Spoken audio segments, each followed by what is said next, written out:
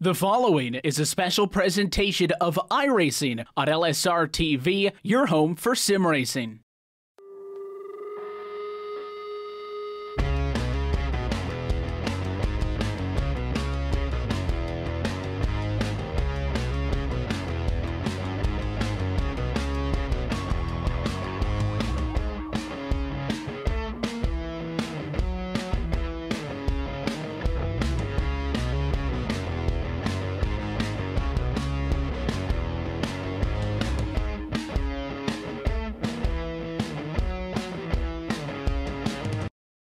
Listen up, the soap you shower with, it's you probably haven't even questioned what bar of soap you lather up with. Let's face it, most guys don't. They're still using whatever bar their mommy bought for her little man. Is that what you want? To smell like mama's little man? Ugh. But now you can upgrade your shower game with Dr. Squatch Natural Soap. Click the link for Dr. Squatch Natural Soap. Real soap for real men. Or don't. And continue to be mommy's little helper. During the First World War, big soap started taking out all the natural ingredients to make production cheaper and faster. And they replaced all the natural stuff with chemicals. Chemicals like sodium lauryl sulfate, parabens, and dioxane. Chemicals linked to depression, liver damage, cancer, and low sperm count. And worst of all, dry skin. Oh, your poor balls, all dry, empty, and sad. Click the link for Dr. Squatch Natural Soap. Real soap for real men.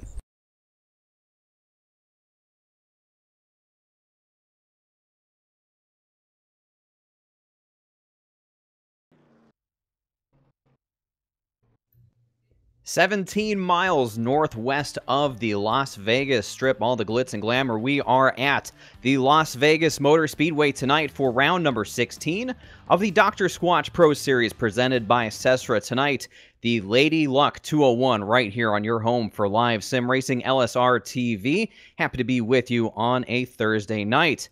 By way of our producer, Brett Wheeler, I'm David Schildhouse, joined alongside, as always, by Justin Prince and Rachel Whiteford. Rachel, here in Sin City, the lights are brighter, but the stars and cars of the SESRA Series looking to shine bright here as well. What are they going to have to do to make 201 miles go their way? Well, Lady Luck's going to have to be on their side tonight. We're here in Sin City, and for once, you know what? I'm expecting the sin count to be down on this race. We're back at 1.5 miles. These guys have had some fantastic races of those. We've had the short track thing out of the way now. I love short track racing. These guys, perhaps not so much. But regardless, this track is fast, it's multi-groove, it's exciting. We're looking forward to a phenomenal race tonight. JP, a lot of new names here in the series making their starts tonight. A lot of talk about some new teams and other drivers showing up. What do you have on the docket? Who's new to the series here tonight? Well, the main one that pops out is making his first start of the year is Shane Puppala, a member of Sorthaus Racing's Pit Crews teams, in particular Kevin Harvick's tire changer since last summer. He's making his first start of the season at number 89, and we'll be starting from the back tonight. But also, this is a time where some drivers are getting their starts back in order or starting to heat back up in the series. Drivers like Wally Wilson are back. AJ Rogers is back in the 88 machine tonight. Also seeing guys like Andrew Ridgway make just his second start of the season, his first since the Brickyard, among many others. So this is a chance for drivers, with this especially being the final leg of the season for the winter time, being a chance to try and get some momentum before you head into the spring and summer months. A lot of storylines to cover here. We'll get to those momentarily. The cars are starting to hit the track, so let's take the opportunity to look at tonight's starting grid. The man on the V2 Designs pole, bringing him to the green flag for the second straight week, third time in the last 4 races. That is your points leader, Jeff Ward, in the number 9 to his outside. The 00, the man chasing him in the points, that's Spencer Preet. Inside row number 2, it's going to be the 99 of Michael Cozy Jr. To his outside, the 5 of Derek Paulson. Steve Ritter, Kyle Vincent Gilbert will make up row 3. Ashton Schleiss, Mark Arthur in row 4. And Aiden Patterson and Jay Graves Jr. round out the top 10. P11 tonight is going to be Taylor Butcher-Benjamin with Brian McRae in 12th, making up row number 6. Number 7, David Netzel and AJ Rogers. Row number 8, Rick Thompson and Brad Collins. And row number 9, Sonny Thompson with Matt Ridgway. And behind them, row number 10, we've got Wally Wilson and John Johnson. Rounding out the drivers just outside that top 20 and for qualifying times, Jason Anderson, Jason Taylor, with being the last driver for qualifying times tonight with a 30.7. Andrew Ridgway, he starts alongside Shane Puppola. Also starting at the back tonight, Ryan Wash and Fred Thompson. Zachary Sprun could potentially be a DNS tonight due to technical issues. Kevin Dye is up in the race booth, control booth. So it looks like we're all set for a 26-car field. Nice, healthy car count, as always, here in the Dr. Squatch Pro Series presented by SESRA. Tonight's race distance, 134 laps, 1.5 miles around the Las Vegas Speedway, makes up the 201 miles that they will go. This is the first of the 5-race West Regional Tour to round out the season. 3/4 of the way through the schedule, Rachel.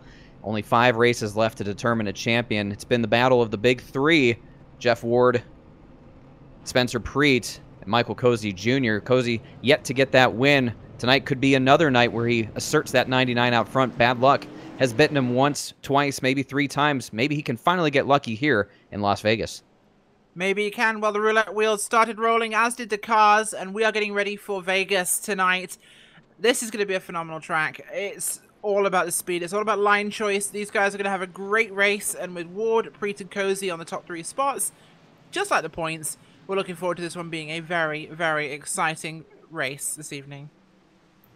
Formation lap underway here, the pace lap, and then they'll get going quickly. The point standings shake out like this. Jeff Ward grew his points lead by way of his win 1 week ago at Gateway.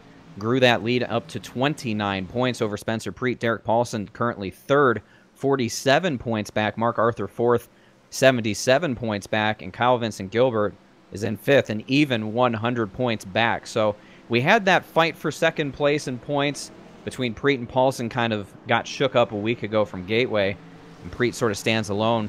But 134 laps here tonight. We could see some comers and goers, see some shakeups as well, but no change out front. The normal 3 that we are used to seeing.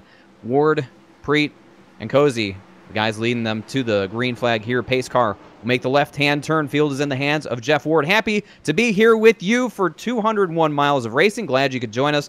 Thanks for coming by. Green flag is in the air. We are underway for the Lady Luck 201 here on LSRTV. The field down the front straightaway into turns 1 and 2 for the first time tonight. Yeah, they're doing a good fast speed now through the first section of corners. Trouble zone for tonight will be off turn number 2. That is our problem zone, and just like a lot of tracks we've been to, there is no grass on the infield, no slowing those cars down. Just like Texas, they can come back up again.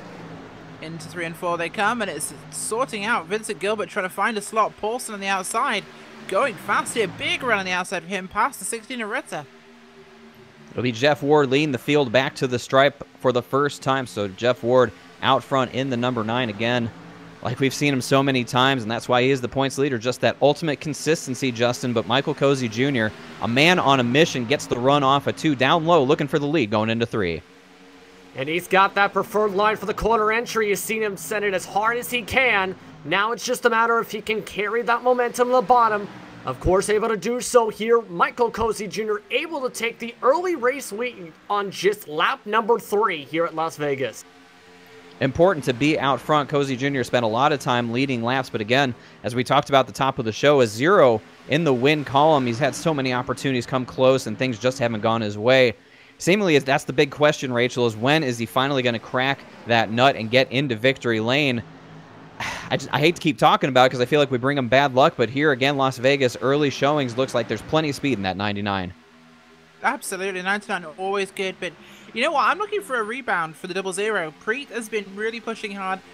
Want to see something good out of him tonight. He's always been good at the 1.5-mile tracks. Could this be his chance to really get the thing back going in his favor again? Good opportunity there as you look at Las Vegas. A D-shaped oval, the straight back straightaway, and sort of that D-shaped curvature on the front straightaway for the 1.5-miler. Carry a lot of speed. Talking to some of the drivers in the pre-race show, Justin, they said that tonight's fuel window should be somewhere around 50 to 55 laps, somewhere around there, assuming no yellow flags. They said the tire wear was pretty heavy as well. These guys have 2 sets of tires in the pits to use, plus the set that they're on right now. We got to take care of the right front, so something to keep an eye on there. Yeah, it absolutely is, especially if we get a very long green flag run. The strategy could be as simple as just go at about lap 50, go at about lap 100, and go from there. And we have a car in the wall as the caution flags out the number 70, spinning it back and forth, Sonny Thompson. 17 round. Yep, caution comes out in a wild ride for the 17. My goodness, going into turn 3. Got a piece of the wall, and it absolutely killed his momentum. Unfortunate for Jason Anderson, nowhere to go as we go on board with the 17. Gets sent up and hit up into the air, spinning, pirouetting. Kind of like one of the shows on the strip, Rachel. I'd rate that a 9 out of 10. Yeah, it certainly works. Not quite a Vegas showgirl, but got good rotation there. Pretty good rotation and a lot of black smoke coming out of the hood of that 17. That signals terminal damage for Sonny Thompson. Unfortunately, he had a struggle last week at Gateway. Didn't quite have a great run going there either. And you'll see his run at Las Vegas come to a premature end on lap number 5. But a couple of really hard hits, a couple other drivers involved. Luckily, it didn't suck up too many other drivers there, Justin. That's one of those things that you try and get close to the outside wall, and you get a little too close, it sucks you in, and the guy that's right behind you has nowhere to go. Yeah, absolutely, and that was the case. I think the worst case for Ryan Wash. He got an end of longest line penalty after not recording at time, and he was the one who sent Sonny Thompson up into the sky, mind you, and has already just completely pummeled that car, mostly internal damage, and already a bunch of drivers having to take time to either get a splash and go or get repairs done in the back half of the field. At least 10 cars, it seemed. He was just under that mark. Got some kind of damage in the span of that incident there. The rest of the field, the rest of the drivers that are around there, absolutely lucky that they didn't have to come in this early to get repairs at such an aerodynamic dependent track. Yeah, quite the view when you're driving and all of a sudden there's a car right in front of you and you launch it up into the air like there was a wedge on the front bumper. But that's what happened for the number 1 of Ryan Wash, as he now will pull out of his pit stall, got the repairs completed. Overall, it doesn't look too bad, certainly considering what happened. I think he got away relatively easy, but we'll see how that number 1 machine goes from here. A long way to go still, of course, only lap number 7 of 134. But Rachel, as Justin had said, aerodynamics play a very big role here at Las Vegas, and to have a damaged car this early can make it very difficult. Yes, and it can. A damaged car will be a major problem. This is a big aero track, and having a clean car is a fast car. Any damage is going to really bring you to the back of the pack, so these guys are going to have to really wheel it to make sure they don't get involved. We talked at the top of the show when we brought you the full field starting lineup for V2 Design Pole Award winner Jeff Ward. V2 Design has partnered with SESRA for the remainder of the Dr. Squatch Pro Series to provide a free paint scheme to each week's pole winner. Now, Jeff Ward has won that 3 out of the 4 weeks it's been available. Haven't seen him flip on a new paint scheme since he initially won it the first time out, but Victor over at V2 Designs is proud to share his artistic talent with the fastest driver each and every week. So, Justin, somebody else other than Jeff Ward's going to have to pick up the pace in qualifying if they want to take that V2 Design Pole Award away from him. You see some new paint schemes, but Jeff Ward's just hogging them all. Yeah, it's just a matter of, you have to wonder what kind of track you can really step up. Tracks like, I think Irwindale might be somewhere we might see a different pole sitter, potentially maybe Sonoma. The rest of the tracks might be very difficult with the pace we've seen from Ward, not just in this series, but at many different tracks, with tracks like Phoenix and Auto Club being in his wheelhouse, essentially. It's going to be challenging to try and get those paint schemes, but if you want one, you have to step up and put in those lap times and put in that practice to try and take the pole, to try and then have the challenge of holding off Ward afterwards. Certainly a challenge not many people have been able to live up to and succeed in. The only other driver to win the V2 Design Pole Award was Michael Cozy Jr. a few weeks ago, but due to sponsorship obligations could not take on a new paint scheme. So it has been Jeff Ward reaping the benefits of that partnership there. And yeah, looking ahead at the schedule as the lights go off atop the pace car, the remaining schedule, Irwindale next week, then out to Phoenix on the 28th of February, out to the road course of Sonoma on March 7th, and then the season will conclude for the finale at Auto Club Speedway out in California on March 14th, and we will crown a champion that night. So 4 races to go. Rachel, it's been a fun season up to this point. Hard to believe there's only 4 races left after this one, but the West Regional going to determine it. Still plenty of opportunities for Jeff Ward to slip up, and Spencer Preet could take advantage of that. Yes, certainly can, and I think Preet has to be in a position to do that right now. Third is comfortable. He's in a good spot to still be relevant here, but he's got to make sure he gets this to Ward and Cozy early. The tyres will be critical, but he's got to match that pace. He's been a bit of a loose cannon recently. He's been very excitable. He's done risky things. Yeah, he's in a position where he can afford to, but now is the time where he can't afford to keep experimenting. Got to absolutely hammer home the best finish possible and hope for a little bit of help from somebody else in the external world to bring some misfortune to the number 9 if he's going to make up points. Nonetheless, the pace car is off. Field in the hands, once again, of Jeff Ward, Michael Cozy Jr., the leader. Cozy down and away. Great start there. He'll bring Spencer Preet through with him up to second. Both of them will be clear of Jeff Ward by the time they get down into turn 1. So Rebellion Racing out front 1, 2, Loud Pedal Motorsports 3 and 4 with Derek Paulson there. But here comes Steve Ritter on the inside in the 16. Yeah, and Ritter's got that momentum so far, and we've seen that importance in the last time to enter turn 3 in green flag conditions. This time, though, not able to do something quite yet. Paulson just able to diamond it a bit off the corner and carried that run on the outside line. And now, Ritter's going to have to deal with side draft for the driver beside him and Ashton Swish, along with Kyle Vincent Gilbert behind his trouble behind Adrian Peterson around. I don't think that's going to bring out a yellow flag. No. Unfortunate for Aiden Patterson. Patterson, pardon me. He unfortunately had contact over the 8 and the 86 there. In fact, it was contact with the 86 that caused that. He drifts down into the 86 and he gets tilted, turned, goes up, taps the 8, comes down, narrowly avoids most of the field, and yep, no caution. He's on the infield and safe. Race continues. Just the slightest of contact there. That could have been a lot worse. I saw when the contact occurred, Patterson, the vehicle sort of veered to the right. Looked like it was going to go to the outside wall and tackle Taylor Butcher Benjamin, but he snapped it back to the left and took it down to the inside wall. He's going to lose a lot of time. Track position, of course. No yellow flag to help him out there, but a lot of damage avoided for those drivers, Justin. Just 2 guys in the same piece of real estate. That front stretch is a little deceptive. It can be tricky. Even if you expect that guy to go down onto the apron below the white line, you just never know where he's going to go. You just have to give yourself some room, and right there it just didn't happen. Yeah, exactly. Just too many cars trying to battle for the same piece of real estate as you phrased it there.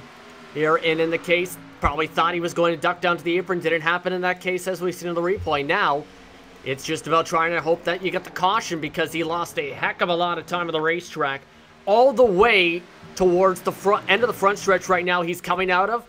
Right now, the leader's just crossing the start and finish line. He could be in a potential risk to get lapped already if he doesn't get a caution in the next 15, 20 laps. Yeah, that's the risk that that comes along with making a move like that. You put yourself in a bad spot, and for Aiden Patterson, it's just going to be a tough fight forward for him. But let's give a call. Looking at the tie, the top 5, Derek Paulson there in 4th. Ashton Schleiss in the number 19, currently running 5th, doing a really nice job running right there behind Paulson. And, you know, Schleiss has been sort of up and down. I think he made his first start somewhere back around Iowa or Indianapolis, somewhere around there. I don't remember exactly. But since he joined the series and started making starts every week, really shown a lot of good performance. Hasn't always gotten the finishes he deserves, Rachel, but seemingly at the beginning of runs especially, very strong. Absolutely it is, and at the beginning of the runs, he's really always shown that. He's been a short run sort of horse, really, in these things, and I'm going to try and keep the betting things going with this one, because of course it is Vegas, but he needs to become one of those horses that can be more dependable towards the end of the race. He needs to have a bit more legs on him. And right now, he's using a bit shoes rather too quickly, and I'm nearly exhausted from all the horse moves I can think of. All the equestrian look-ins that you can get there as Jeff Ward sweeps around the outside of Spencer Preet in 1 and 2. Move Jeff Ward back up to 2nd. Derek Paulson looking for a piece there as well, but nothing cooking down into turn 3. So sort of using the middle lane, Jeff Ward just a really nice power move around the outside. And I talked with him before qualifying took place here and asked him sort of where the groove is, where guys want to run. He said sort of the middle of the track in 1 and 2, especially on the new tires, middle of the track. And then in 3 and 4, you want to take a high entry and swing it down to the apex right on the white line on the bottom side in 3 and 4. So sort of 2 different approaches to both ends of the speedway, Justin. He said as the tires wear, he expects that lane to sort of move up the racetrack. Yeah, and he hit it right on the head. We've seen it so far. A lot of drivers have actually been running that white line all the way around, not just diamonding off the apex. But so far, I think he's just been playing that long game because all of a sudden, he's now the second fastest car on the racetrack because of how he's been running that different line. And that's how I wouldn't be surprised to see Paulson also try and copy that said line as this run continues to progress as close as he can. You can see right now, it's helping hit both of them, really, in terms of their overall pace. The rest of the drivers are starting to fall back as they stick to the white line completely instead of trying to arc it down for the apex for 3 and 4 rounds. Indeed, and look at the side-by-side battle. Mark Arthur in the 12, trying to take that spot away from Ashton Schleiss, battling over 6 there, and here comes Steve Ritter. Big move. Oh, he gets into the back, and he's going to turn Mark Arthur. Both cars down to the inside fence. Again, no yellow flag as it's off the racing surface, and that's just a mistimed move that's going to wipe out 2 cars inside of the top 10. Unfortunate for Mark Arthur. And Steve Ritter, as you look at this replay here, Rachel, what went wrong? Oh, that was a crazy one there. Of course, Arthur keeps on driving. Ritter's going to retire it, but for now, they're going to come through turn number 2, heading into that backstretch. Dangerous territory there. Big closing distance for Ritter, who goes, I see what happened. Ritter had a big head of steam, comes up behind the 12. The 12's closed him off, which is his right to do so. Ritter comes down low, clips the corner of the 12. 12 hits the wall going up, and as the 12 comes back down off the wall, he clips the front quarter of the 16, and round they both go. Synchronized drifting. Formula D would be absolutely proud of that. Unfortunately, not so good for Steve Ritter. Yeah, not a proud move there, as I'm sure, Justin, you can report on this. The tempers out of the number 12 firing up just a little bit. Yeah, just a little bit of tempers and having to calm down because of the, 1, no caution, 2, severe damage now from that. In that case, it was just a matter of missed time trying to go for the pass, really, because you've seen him move up high. I think in that case, that 16 machine was trying to cut, in Ritter rather, was trying to cut to the inside. Instead, hits the back end you see with the 12, and that ended up causing that massive collision down to the inside. Of course your tempers are going to flare when you mistime it that much to where you hit your entire back half of the bumper. Now it's about, I guess, trying to recover, but it's going to, again, need to have a caution at least because they're 3/4 of the racetrack behind at the least. Compared to the leaders, it will need a caution to be able to get this damage repaired and hope that they don't blow it up. This, of course, as you mentioned, Ritter having to sit in the pits to repair his issues. The last place you expect to get contacted turned around is down the straightaway, Rachel, especially a straight one like the back straightaway there. Just mistimed the move, did Steve Ritter, and for poor Mark Arthur, nothing he could have done, just a victim of circumstance there. And again, that's 2 times now where there's been contact. The cars go down off the racing surface and no yellow flag. Yeah, it happens, and that's one of those things that can happen here in Vegas, which means we stay green, which is good for the race overall. It means we get to see a more fluid event here where tire strategy matters more.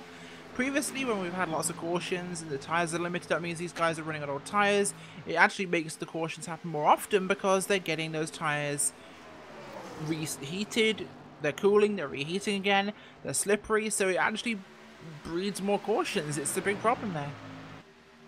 And take a look at one of the big movers we have early in this race. That is the 89. Justin, you talked about him at the top of the show. His first start here.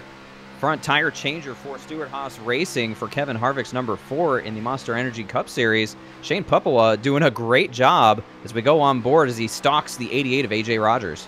Remember, he didn't record a qualifying time, started 24th officially in the race, and he's been going forward as this entire race has gone on. Showed speed in practice, top 10 in practice speed, and of course showing the experience that we see with some crew members and or NASCAR team members that we've seen in the iRacing service that translate to racing on these kind of racetracks. At this point, he's got one of the fastest cars on the racetrack at this point. Last time by 31.2. Just a couple other drivers faster. He was in the top 5 for fastest cars as he goes for the move for 9. A fantastic move there underneath AJ Rogers. 2 drivers going at it who don't have a lot of experience. AJ Rogers only a handful or less starts here in this series. And of course, we just said Pupola 1 start here tonight as first. So doing a great job up inside the top 10. That's no small feat, Rachel, to come out your first time and run top 10 here in this series. Yeah, certainly not at all a fantastic run tonight, and he's doing a good job of it so far.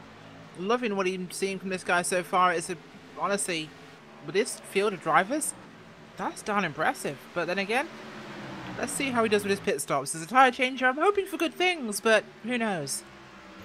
You would hope if there was one part of the track that he really got down right and appreciated, it would be pit road, having making his living down there in the real world. But nonetheless, he gets the job done up to 9th. Put A.J. Rogers back to 10th now. Pupola will set his sights ahead on the 8 of Taylor Butcher Benjamin, the 86 of Jay Graves Jr. beyond him. Ryan Wash in between the two. Wash 2 laps down after getting involved in tonight's first caution. But nonetheless, a great job for Shane Pupola. As we look up front, no change there. Michael Cozy Jr. continues to lead up by about 0.6 of a second over Jeff Ward. Spencer Preet still 3rd, Paulson 4th, Kyle Vincent Gilbert in 5th. A little bit of separation now between these guys. No real battles as everybody settles into the groove here, Justin, and that's sort of the thing you expect at Las Vegas. Everyone sort of gets around here a little bit differently, but you get these long runs. It's about managing the equipment. The guys that do that the best are usually up front, and I guess we shouldn't be surprised to see Michael Cozy Jr. out front right now. Yeah, he's been able to manage the equipment the best so far, really out of everyone. Has been the fastest car on the racetrack a majority of the laps so far, and has had clean air to help him as well. So he's not had that many challenges so far or in this race. But you mentioned keeping the equipment clean. A lot of drivers we have seen have not done that. And there has not been the benefit of a caution. Steve Ritter nearly ran him over, in fact, as Ritter came back out on the racetrack just a couple laps ago. It's going to be very costly if you don't get caution flags, if you're some of these drivers, to be able to get the damage repaired to try and contend for a lead lap position in this kind of race. And we're seeing some of the ramifications already in the first 30 laps, 31 laps already. And looking at the lap times, I think Jeff Ward had a really bad lap a few laps ago as Cozy picked up a few tenths of a second. Now that lead has grown to about 3/4 of a second between those two. But yeah, got to be careful with these guys that pit on new tires. You see the difference there is Ritter's already had a little bit of drama here, doesn't want to add any more to it, especially mixing it up with the leaders. But as we're sitting here on lap 32, possibly within 20 to 25 laps, might be seeing our first round of green flag pit stops. So as you move into the last 20 laps or so of a run, Rachel, what are some of the strategies, what are the approaches these drivers have to really take on to ensure they get the most out of their 20 to 25 laps before they take their service? Honestly, it's about maintaining now, and this is one of the strategies that drivers really have to focus on when you have limited tyres and you're expecting green runs, or you need to look for green runs. Even if there's going to be cautions, you have to drive like it's going to stay green, which means you need to be setting your own pace. Sure, at the start of the run, you can go flat out, you can kick butt, and you can go as fast as possible, but you know what? That's no good for the car. You got to back off, you got to ease off before the car makes you. That way you've got something in the bank for later. Because the faster you use it now, and if you just ride that thing until it goes down to the rims, it's going to be a horrible car by the end of that run. And a horrible car isn't fast. It's either wicked loose, and you're fighting a wrecking car, or it's super tight and you're just burning time. So it's about keeping something in the bank, and that's what these guys have to focus on. Looking again here for 7th, Jay Graves Jr. on the outside getting passed, or attempting to get passed by Shane Pupola. Again, moving up there, gets the job done off of 2. So Shane Pupola moves up into the 7th spot, continues the march up towards the front. JP, I don't know, a caution flag flies, he regains some of this track position. He might be looking at a serious, honest run at the top 5. He's got a long way to go to catch up to Ashton Schleiss for 6th, about 3 seconds between them. But looking at his lap times, he's running just as fast as the leaders right now. Indeed he is. In fact, this time just 2/100ths of a second off Michael Cozy Jr.'s lap times. And that's part experience, part, I think, being able to save a little bit in the early portion of the run and being able to take advantage of some of the drivers and their different skill sets to be able to just breeze on by them and tiptoe by them at a slow but methodical pace. Thing is, though, it's going to be at least a long while until he reaches another car for track position in Slice that is at least 1 corner ahead. But setting basically the controlling pace right now in this race as the second fastest car the last time by, once again. Talking to the drivers before the race, Rachel, They said overall the setup had a bit of a tight understeer feeling to it, especially down in 3 and 4. Wasn't as bad in 1 and 2. So when you have a setup that doesn't want to turn and you got these high steep banked corners and you carry a lot of speed, it doesn't really make for the best combination. How do you manage that to take care of that right front tire? With great difficulty. It's one of those tracks where you've got to almost overcompensate with the line. You can change that line through the run, and that's something these guys will be doing. Vegas 1 and 2 is a fast corner. 3 and 4 is a little bit flatter, and it's a lot more variable in terms of lines you can run. But it's all about just backing out a little bit earlier in the actual corner. Ride that middle a bit better. In fact, the better the car sits down, the earlier. But we'll take a look at Michael Cozy Jr. this time by on this lap, and we'll have a quick look at what he's doing for you. Right now, heading into 3, the white line across the corner, that's basically where he's starting to turn in. He's been off the brake for about 20 meters before that. Look at him riding the line. He comes back up off here. Nice wide sweep out, but doesn't go all the way out to the wall. Doesn't need to. He's not carrying that much momentum there. He just wants to make sure the car rides where it wants to go. Here, already turned in, dropping down, not to the very bottom lane.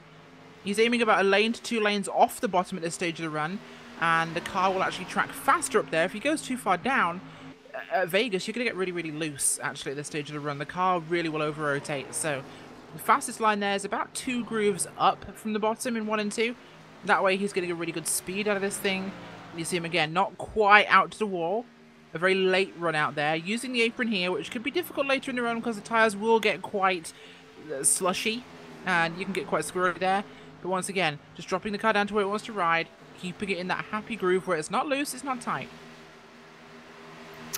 That's a good lap around the racetrack, and you see visibly Jeff Ward starting to creep in. Looks like the 9s get through 1 and 2 a little bit better than the 99 right now, sort of equal in 3 and 4 as Ward just a little bit higher up the groove at that end of the speedway. But again, it sort of seemed to me that Jeff Ward eats into that lead a little bit, especially in turns 1 and 2. Just gets back to the gas, and you see him right up against the wall there, but he's able to get back to the gas so soon, JP. Look at the run that he gets through the middle, down the back straightaway. He's just eating up time right now on Cozy. He absolutely is. Let's see how he does in turn 3 this time. You see Ward a bit more higher on the entry. Cozy Jr. lower a bit on the apex, but then loses the time on that corner exit. I think it's the matter of Ward saving that right front tire a bit more effectively than Cozy Jr. for this final portion of the run. Mind you, they have about under 15 laps of fuel, give or take, until they have to come in by far. So this is around the range, I think, where Ward is hoping to try and maybe pounce and might be able to take advantage of lap traffic here. Is Cozy Jr. as he ducks to the inside. Moving by the slower vehicle, the 46 of Fred Thompson there, without incident. But yeah, you see the run Jeff Ward gets off of turn 4. Cozy Jr. having to defend here. And I'm sure he's got somebody in his ear that's telling him, hey, the 9's going higher up the racetrack in 1 and 2. See if you can go up there and find something as well, because he's definitely getting a better run through those corners, Rachel. So if somebody's feeding you that information and you haven't run up there, you have to get, right up there to try and match what the competition is doing to go faster. But if you haven't run up there, how do you approach that? How do you go there with confidence since you haven't done it yet?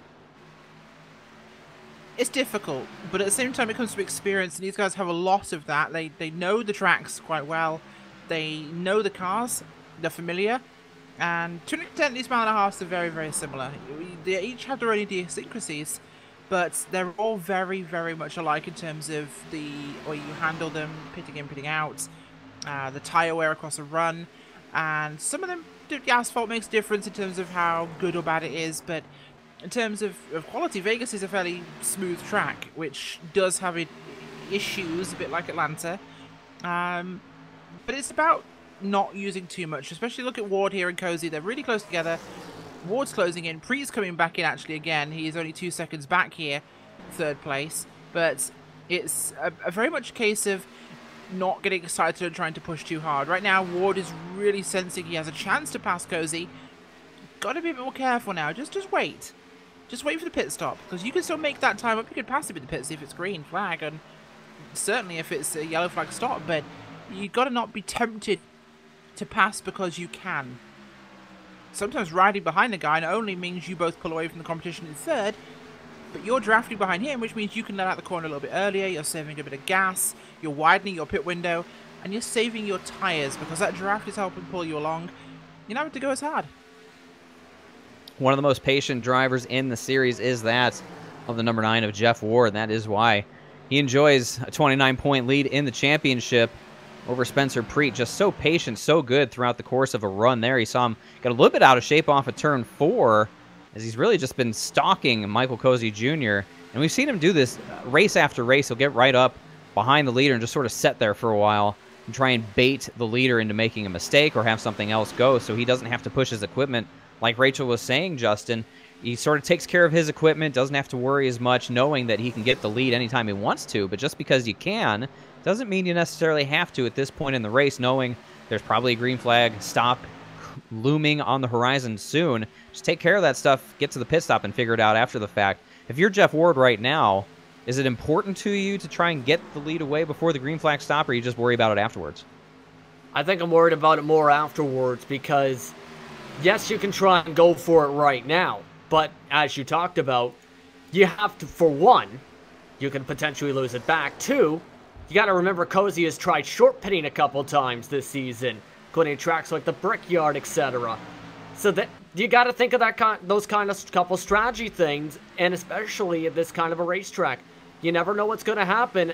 If I was him, if you're able to time up the pit strategy to even be dead even, if you can even follow in Cozy Jr. into the pit stops, try and get the lead right afterwards, after you get out of the pits, and try and take advantage of your preferred line, and then try and protect from there if you can. Quick point, Justin, that you actually just touched on there, though. Being second is the best place when it comes towards the pit window, because you get to put pressure on that guy in front of you, because they're the one that has to make the call. If you haven't gone in yet, they're the one that has to brake first and go for the pit road, or you can go and they get hung out to drive staying out on the racetrack. So you have a massive advantage being second in the pit window, because suddenly you're the one that controls everything, not the leader. Good point. It's sort of who blinks first, because we've seen the advantage of new tires here as they've worked past Rick Thompson, the 29. Now they put the 13 Ghostface Brewing machine of Matt Ridgway 1 lap down. That's the 17th place driver. So 16 drivers remain on the lead lap here, as we are just now on lap 51, closing in on what we expect to be the first round of green flag pit stop service for the leaders. Jeff Ward continues to ride right off the back bumper of Michael Cozy Jr. Cozy's been out front for much of the race here so far. Rachel, Jeff Ward very patient in second. Spencer Preet currently 3 seconds back in third.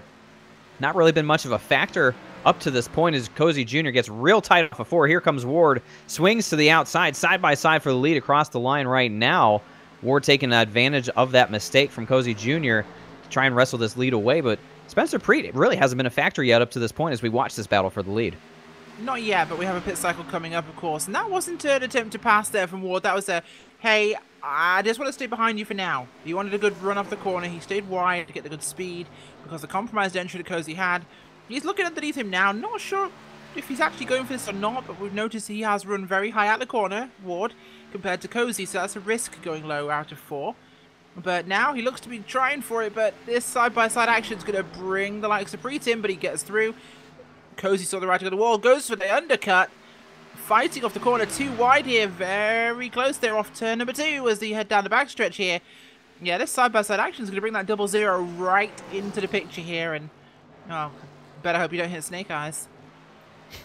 Indeed. Yeah, this great side-by-side battle continues all the way through 3 and 4. Jeff Ward really sailed it off into turn 1 last time by, and Cozy was able to make that undercut maneuver, swing it back down low. Now again, side-by-side into turn 1, rolls reversed, Ward up top, Cozy down low. Will the momentum of the high side prevail for Jeff Ward, as he did lead that time by, and indeed he will get the run off the corner and put him back out front here on lap 54. So your pole sitter back out front, Cozy back to second, and that allowed Preet to pick up a couple tenths of a second, not much more than that, as he will stay in third. Derek Paulson continues to ride in fourth, Kyle Vincent Gilbert fifth. So Jeff Ward out front, Justin, as we set up for the green flag pit stops. I think that was just happy to take advantage of a mistake made by Cozy Jr. Not necessarily had to pounce on it, but if you have the opportunity, why not? Exactly. Why not? Why not take the lead as Cozy Jr. nearly taps the wall? Now the question is, when do they decide to come in? Already at lap 55, we had that one caution where they could have held in the clutch. Now they're within near that range where they're going to be nearly out of fuel. From this point, you can even be in range to try and split the race in under 40 laps each stint. That's going to be the main thing I think to watch for here, as Cozy Jr. has to, I think, just keep inside the tire tracks. Keep within half a second so you're in a decent shape, decent spot for the pit stops. Perfect timing. Wow. Well, that will certainly change everything as the caution flag will fly here. It looks like, I don't see who was involved there. Aiden Patterson? Yes, indeed. Patterson, along with one of the Ridgeways. And Ryan Walsh getting into that one here, David. Just absolute calamity in turn 1. Talk about that 89. He was trying to pass on the outside of Patterson going through, but Patterson ran halfway between the apron and the bottom line, lost control, bounced off of Walsh. Nowhere for Andrew Ridgway to go. Ryan Walsh comes up the racetrack to trigger the caution and stops on the racetrack. And that just draws a 3-car incident where nowhere for Walsh to go. Patterson just couldn't handle a interesting line, to say the least, trying to split between the middle of the apron and in the bottom, and it just causes calamity for those 3 drivers. You know how I mentioned earlier about the issues with the apron late to the run? Yeah, that's it. Don't do it. It's either commit to it fully and hope you can transition off the track onto the apron easily and off the apron onto the track, because the banking change will catch you out if you're going on and off the banking. But don't ride the line between the banking and the flat, because it's really not what a car likes to be, and it's going to cause this as the car's heading for pit road. Let's see where our leaders come out. Top 4 heading to their boxes. Yep, perfect time for the yellow to fly. These drivers can take their first round of scheduled service under the yellow flag. So that'll throw away a little bit of the intrigue of how it'll all shake out, but nonetheless, pressure's on the drivers to get into their boxes cleanly. See everybody in there without any issue as service will take place. And yeah, Rachel, I think you said it perfectly. You can't straddle the line between the racing groove and the apron like that down the front straightaway. It's just 2 separate pitches of banking there. As look at this race off pit road. That's close between Cozy and Ward. I think Cozy barely got him. We'll see as Ward accelerates ahead. So I think that's the indicator Jeff Ward will win the race off pit road. Cozy 2nd, Spencer Preet 3rd, Paulson 4th, and Shane Puppola continues to impress. Barely missed that wreck, and it looks like he had a really good pit stop as well. Yeah, with Puppola, you mentioned there a 15 flat, which doesn't sound like a fast stop, but when you include the delta for the pit lane, the 2nd fastest coming into his stall and out of his stall, 39.8 seconds down the lane to help him gain some time and gain some track position. And now, we talked about it a bit before, if he got this kind of a caution to get some good track position, it'll be interesting to see what happens. And now we have that opportunity to see he's in range of the lead cars. What can he do from here as everyone catches back up to the pace cars, the rest of the drivers go into pit lane?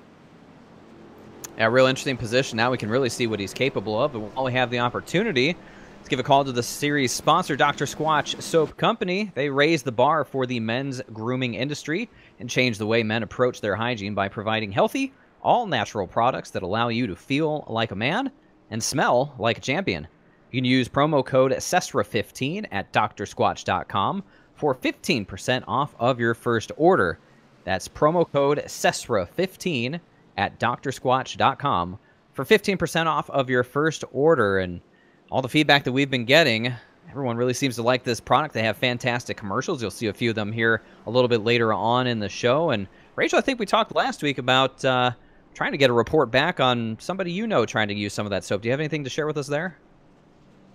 Actually, yes. One of my friends actually went and picked up some of the Dr. Squatch soap after watching the adverts here on the broadcasts. Apparently really likes it, so there you go. All the woody flavours apparently stopped him feeling like Mummy's little hero, I think it was, and turned him into a real man. So, I mean, he's from Iowa, so it's kind of a toss-up there, but it apparently worked. It turned him into a man. So, Dr. Squatch works, apparently. There you have it. Not just a bunch of fluff on the internet. It actually works. Confirmed by our very own Rachel Whiteford, and a big thanks to her friend out in Iowa. Going from a little man to a big man, or a little boy to a, I don't know, whatever you want to say, but a big thanks nonetheless to Dr. Squatch Soap Company for coming on board, sponsoring the SESRA Pro Series here. As the lights are out atop the pace car, we'll see a couple of wave rounds here as well. So JP will reset. Looks like 4 wave rounds will go. Jeff Ward, Michael Cozy Jr. on the front row. It'll be Spencer Preet, Derek Paulson, then Shane Pippola and Kyle Vincent Gilbert in row 3. I got my eye on that 89. What do you think he's capable of doing here?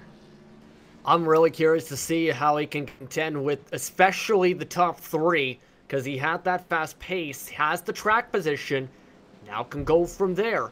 So I wouldn't be surprised to see him potentially have a good restart, try and file in on the bottom side, and then try and break into a rhythm.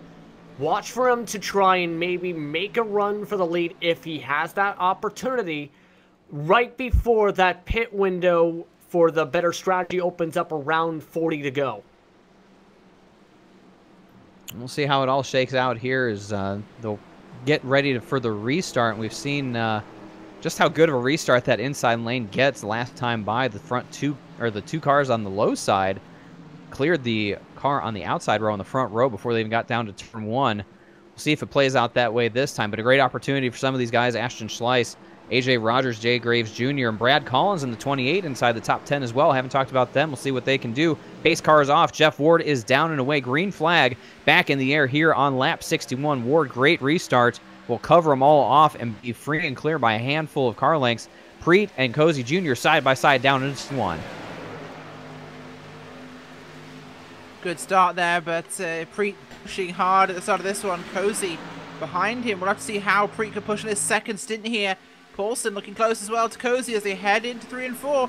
Big dive by Vincent Gilbert there under the 89 of Papilla, who's performing fantastic tonight. 5th place in the moment of this restart. He's making a great showing. Justin, you pointed out to me here, shadows and cloud cover have come across Las Vegas Motor Speedway. The track temperature has dropped, which means the speeds will go up. We'll see how these cars handle. They're on the tight side. Having the track cool down a little bit is not a bad thing. That should help with that handling as Derek Paulson makes a move looking for 3rd. Yeah, Paulson just can't get underneath, but this track is starting to get very cold rather, in terms of track temp too. 76 degrees now because of this giant cloud. That is from, compared to qualifying, a -8 drop since the qualifying session for today's race.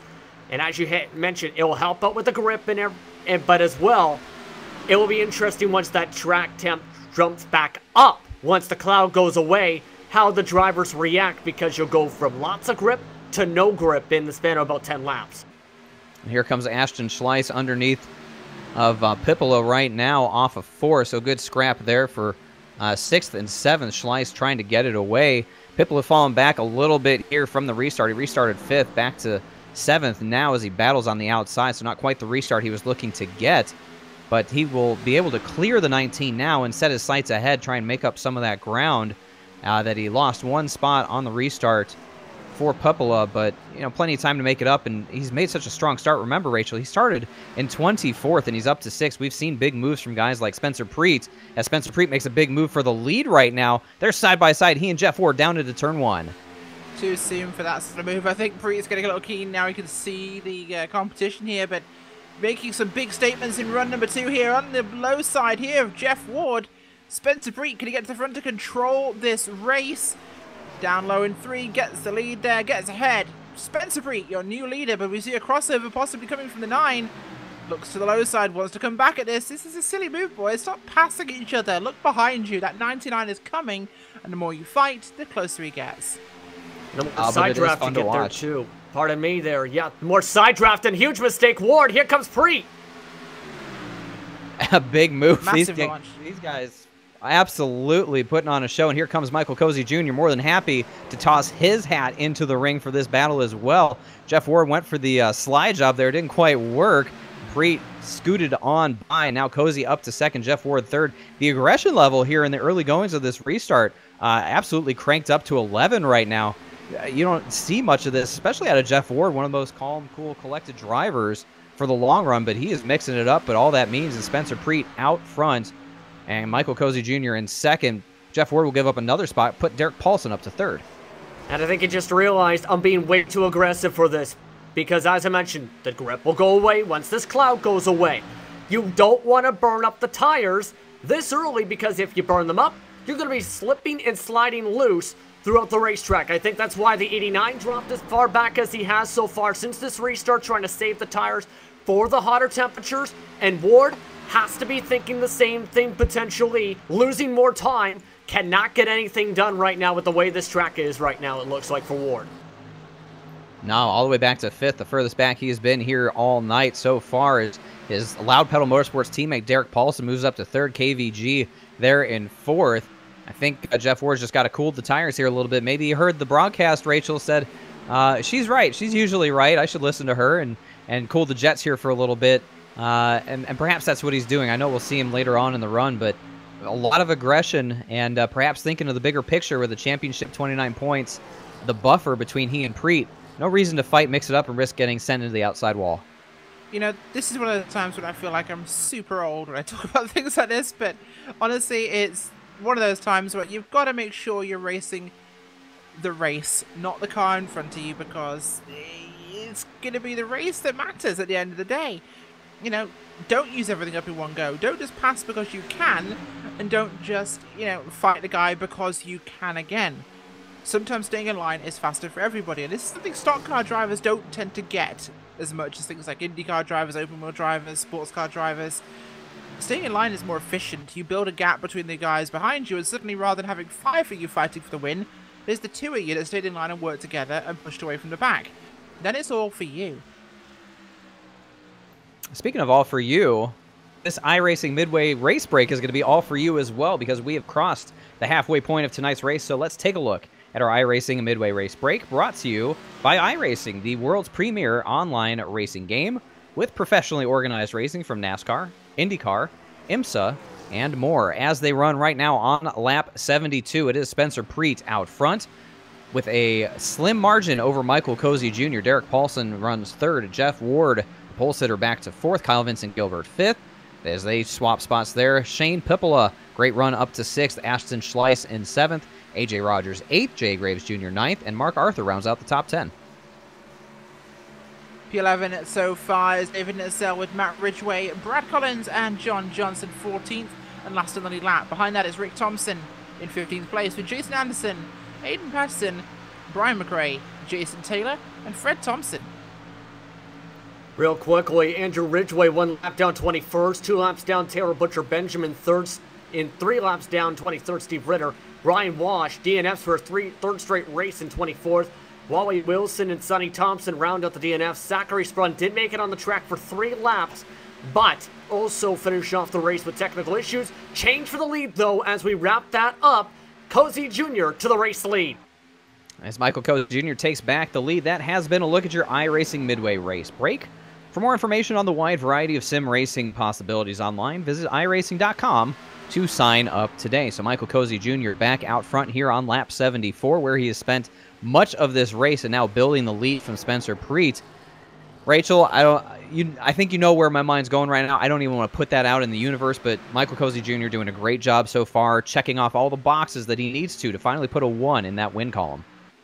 Oh man, he is, but at the same time, I kind of want to see 0-0 back in victory lane. I'm not going to lie, it's going to be a tough one here. I don't think this is necessarily old Jeff Ward's day, perhaps. That could change, of course. We're in 4th place right now. He has got Paulson ahead of him, and Paulson's performing fantastic tonight, but I genuinely think that maybe it's going to be Cozy, but I really think tonight, with the speed we're seeing in the second run, Preet could have something for them. Certainly could. I don't see anyone necessarily having that pace that Michael Cozy has right now. Doing a great job. Jeff Ward certainly had pace as we saw them battling right before the last yellow flag flew. We were anticipating green flag stops and those two being right on each other's tail. But Jeff Ward got a little aggressive on the restart, had to fall back a little bit, now finds himself in 4th, about a second or so behind Michael Cozy Jr. So some ground to make up. He's got his teammate in front of him and a very hungry Spencer Preet as well to get past. These guys aren't just going to roll over for him. So as we look forward here to the back half of this race, a lot of things have to change, I think, to get someone out front other than Michael Cozy Jr. For the driver of the 99, I know he's perfectly fine with that, as he is just so hungry, so desiring that first elusive win. It's been like a huge weight on his shoulders. If he could finally shake that off here tonight in Las Vegas, it'd be a very big smile on the face of that driver. Yeah, it'd be something a long time coming with some of the bad luck he's had, some of the battles he's had, some of the incidents he's had, even on the last laps of some races. Now it's the matter of, can he bring it on home? Can he have the right pit strategy? Because Now this is getting interesting. You're right at the edge of the fuel window. We've seen Steve Ritter duck into the pits a few laps down, already duck in. Everyone else from here on out, if they come in, can come home just barely for fuel if they elect to come in. Pit window slowly but surely creeping open now. Getting there. I don't expect him to come down quite yet. I think they'll a lot of these guys will try and stave it off for as long as they can. Rachel, we've seen, you know, the value of fresh rubber for 15 races now, 16 here tonight. Tenths of a second, half a second. It definitely has a lot of value. Time adds up as you put on the new tires, but seemingly it's whoever wants to blink last and bring the rest of the guys to pit road. That's the winning strategy. It really is, and with a race like this, it's got a fairly green feel to it. Of course, you know, we're on lap 79 here, 134, and we've had a couple of cautions, we've had quite a few wrecks, but it's a self-cleaning track, so it's not been too bad. But honestly, the caution count has been so far down from last time that it feels like a completely green race. Finally, tire strategy and fuel strategy can play a factor rather than how long you can survive. Yeah, thinking back 1 week ago to Gateway, a little bit of a rough ride for a lot of the drivers there. Certainly more yellow flags than we are accustomed to seeing here in this series. Still an entertaining race by and by, but definitely not up to the clean racing standard that most people come to expect when they watch the drivers of the Dr. Squatch Pro Series. Here as I'm looking at Jeff Ward and Derek Paulson, the gap between the two of them shrinking. Ward starting to advance as that cloud cover has gone away, JP. The track's starting to heat up once again, falling into the favor of Jeff Ward. I think he really likes that, applying a lot of pressure to this teammate, Derek Paulson, doing everything he can to hold on in that number 5, but I think it's only a matter of time until Jeff Ward gets around him. Yeah, Ward, the past 5 laps, he has had the fastest lap overall on the racetrack for the past 5. So this track is getting to where he wants it to be, where he was saving a little bit after being too aggressive at the start of that last restart. Now, this is where he can try and slowly but methodically pounce again for the drivers that were very over-aggressive and burning up a lot of their grip under the cold conditions. It's just a matter, can he get these passes done? I think right now he might be trying to save a little bit extra more before he starts cruising forward and before drivers start ducking down the pit lane. Wouldn't be surprised to see the same thing happen with that 89 machine and Pupple right behind him and start seeing him make some moves in the next few laps. Looking at the lap times right now, everybody's sort of in the low 31-second bracket, 31.0 all the way through the first 6 positions last time by.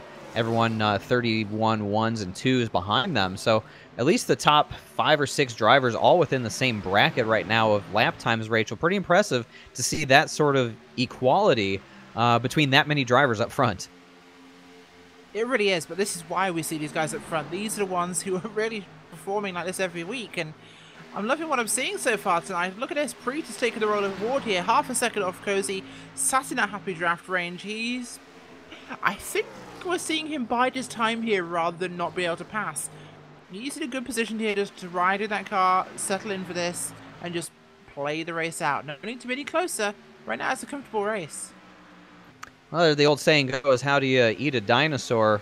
One little bite at a time. That's what Spencer Preet has to keep in his mind as he knows he's got a 29-point margin to make up over the last 5 races if he's going to try and get that championship away from Jeff Ward.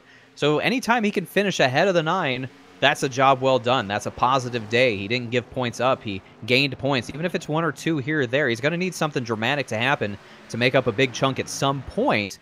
But you can't just plan on getting it all back in one fell swoop. We saw he lost a lot in one fell swoop because of poor tire strategy, and that's put him in the position that he's in. But right now, 2 positions ahead of Ward. If Ward can get around his teammate here, it'll be 1 position. But again, anytime you can finish ahead of the 9, you're gaining points. And as you look at 4 races to go from here, JP, that's the best hope that you can get because everything else is out of your hands. Yeah, it's going to take some luck, I think, and some mistakes for Preet for the overall championship, at least, to have a shot. Irwindale might be a great chance for him. Sonoma might be one of those wild card races, and that might also be an opportunity, I think, as well. But you have to hope, I think, for some mistakes. It's going to get harder and harder, though, as the season continues to tick on down, as Ward moves his way up 1 more tick on the scoreboard. Yep, gets around his teammate Derek Paulson. No real fight there, but Jeff Ward up to 3rd. And you think about, I think that's a good point, looking at Irwindale and Sonoma as possible wild cards in the remaining 4 races. Irwindale short track, a lot of things can go wrong there. Contact is almost expected when you go to that type of racetrack with that groove right up against the outside wall. And Sonoma, we went to Watkins Glen earlier in the season. We saw drama break out for Jeff Ward as he was leading and made contact with a slower car in the inner loop, and Spencer Preet went on to win. So going to another road course, and by many definitions, a more challenging road course in Sonoma. A couple of opportunities for Spencer Preet, if he can play his cards right, to gain some of those points back. I think, you know, beyond Phoenix and Auto Club, or ISM and Auto Club, I should say, Irwindale and Sonoma are probably his 2 best chances to make up a big chunk of points on Jeff Ward. Yeah, they certainly could be. They could be very interesting tracks to really see how this all flows. We've seen some interesting stuff in short tracks, so I'm not entirely sure how that's going to go. I do want to talk about Spencer Preet. I've just been watching him on board for a couple of laps now with his onboard camera, and from what I've seen so far, he's running a generally lower line in 3 and 4, which seems to suggest his car is rotating a little better, or he's using the looseness right at the bottom to help rotate the car. Same thing he's doing in 1 and 2. Seems like Cozy's been experimenting. He's been going further up the track, trying to find a line that works better for him. Isn't working so well so far. The gap has been varying between 0.4 of a second and 0.2. Right now it's at 0.332.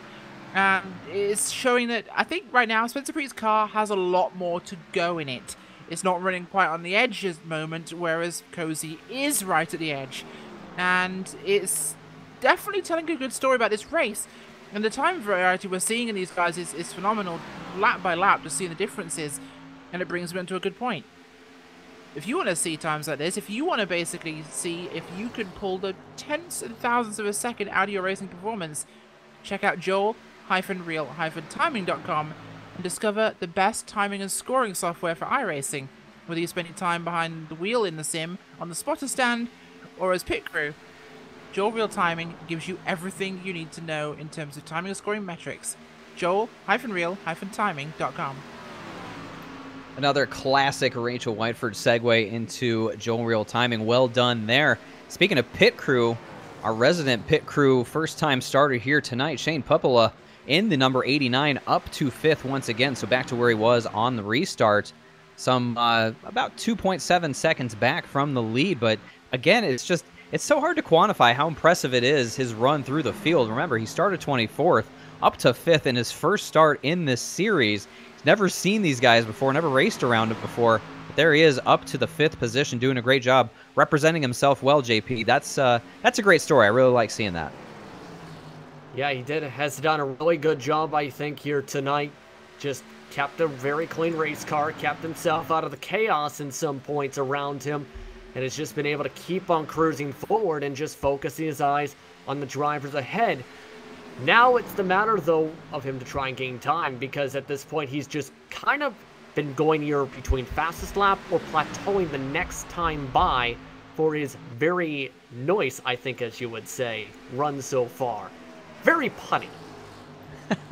Very nice indeed as the field works by some of the slower cars. The Ghostface Brewing machine of Jason Taylor goes another lap down as they're looking at the 46 of Fred Thompson to put him a second lap down as well. So the leader's getting through this traffic pretty well. A couple of close calls as these guys just come up on these slower cars so much faster. Sort of hold your breath, but trying to find the right lane as Fred Thompson tries to get out of the way. Spencer Preet and Jeff Ward close in, but Ward making up a lot of ground on Spencer Preet right now. Over the course of this long run, Jeff Ward faded back as far as 5th and has now worked his way up to 3rd, challenging for 2nd. A lot of speed in that number 9, Rachel.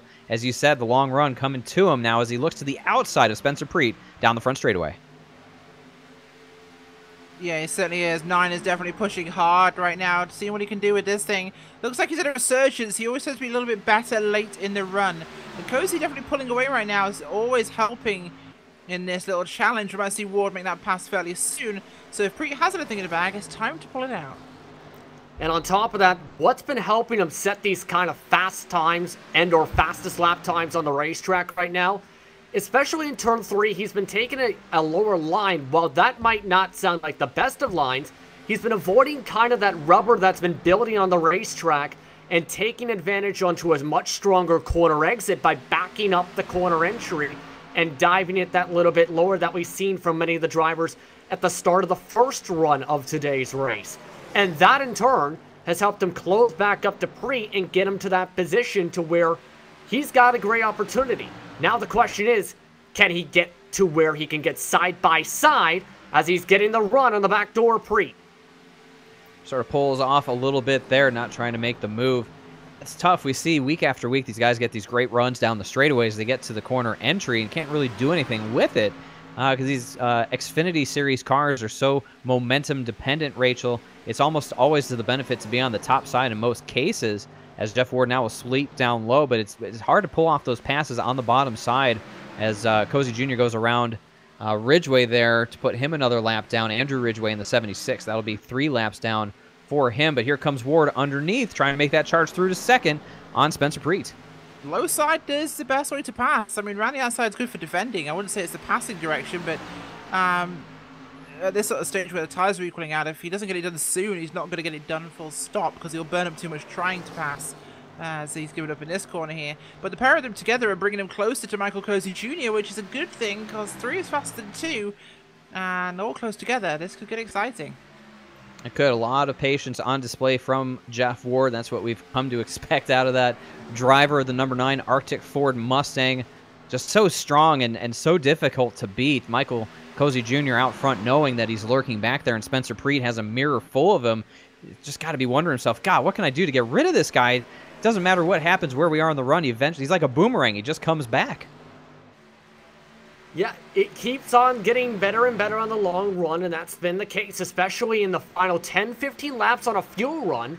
That's where Ward's been at his best by saving those tires, and has been changing the lines he's been running to avoid the rubber, to avoid slipping on the corners, and that in turn has helped him be able to get into this position. Now, the question is, with under 34 laps to go this time, when are these guys going to come in is going to be that question, because this was originally, if this stayed green the whole way, that pit window, Jason Anderson ducking in along with a few others as they pass on and lap them by. 44 laps since they last took service, all the leaders right now. So we expect probably maybe in the next 15 to 20 laps is when they're really going to have to push it and have a very short third stint. But I see that rear end of Spencer Preet machine just dancing around, especially in corner exit at 2. Rachel said at the top of the show, the exit at 2 really one of the tougher spots as Cozy Jr. grabs a piece of the apron and shoots him up the track. You start dancing that rear end around, you get that push loose snap.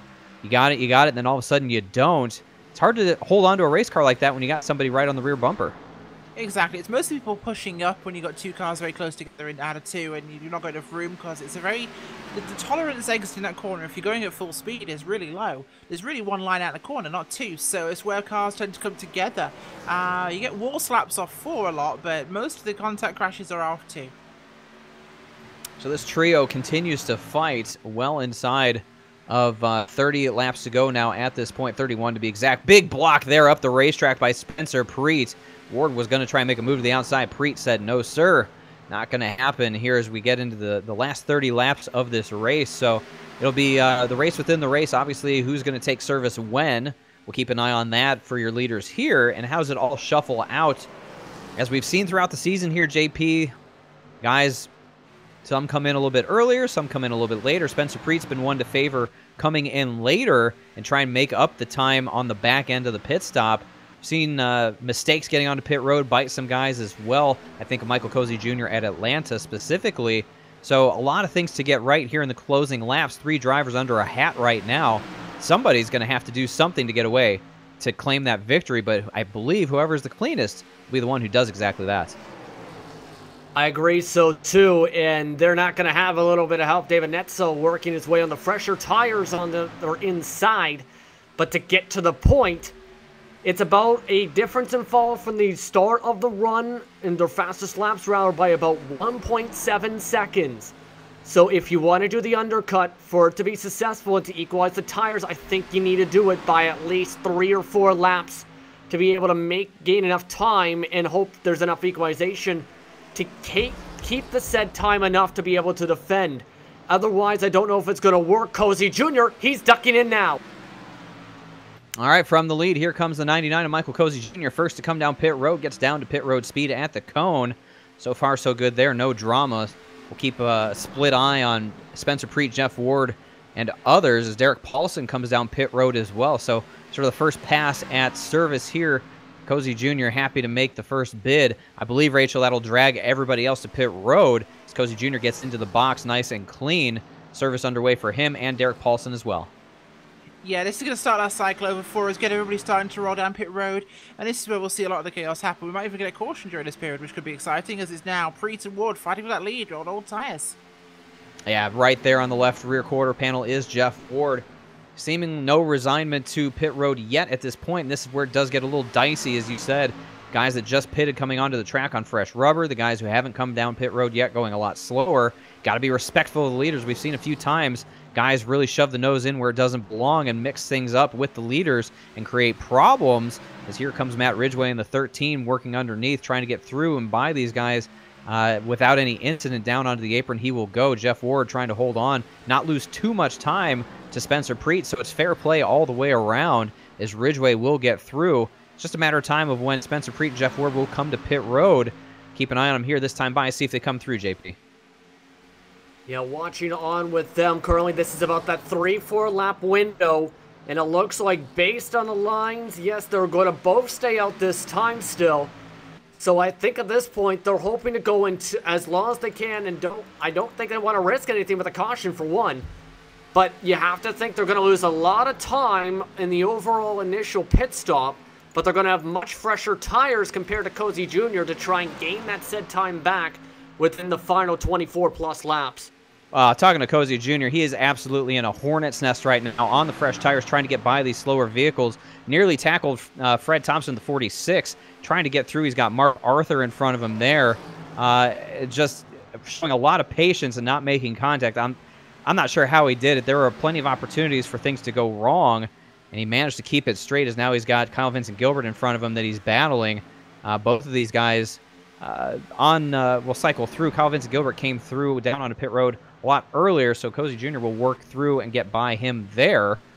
Actually, that was Jason Anderson. I apologize, in the 997. So trying to keep an eye on where the 99 is on the track in relation to Preet and Ward and how it'll all cycle through. Seemingly no one... here comes Jeff Ward. He is on pit road at this point, so that'll be another one down to pit road as Cozy goes by. Now it'll be Spencer Preet still on the track.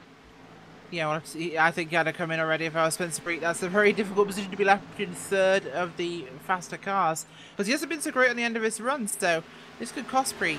But at the same time, we don't know when we'll get the caution. A couple laps of extra tyres might be a huge thing for him, so it could be a very inspired decision. Here he comes, Spencer Preet. See how it Preet. plays out. On to pit road now at this point, the 00. Shane Pupala made his stop as well, so everybody that was inside the top 5 has now come down pit road, Preet being the last of the top trio to do so. So now we'll see how it all cycles through. Preet, once again, staying out the longest, but he will have the freshest rubber once it's all said and done. So 00 comes down to the attention of his crew into the pit stall, nice and clean. Service underway, so we'll see how the rubber band effect works.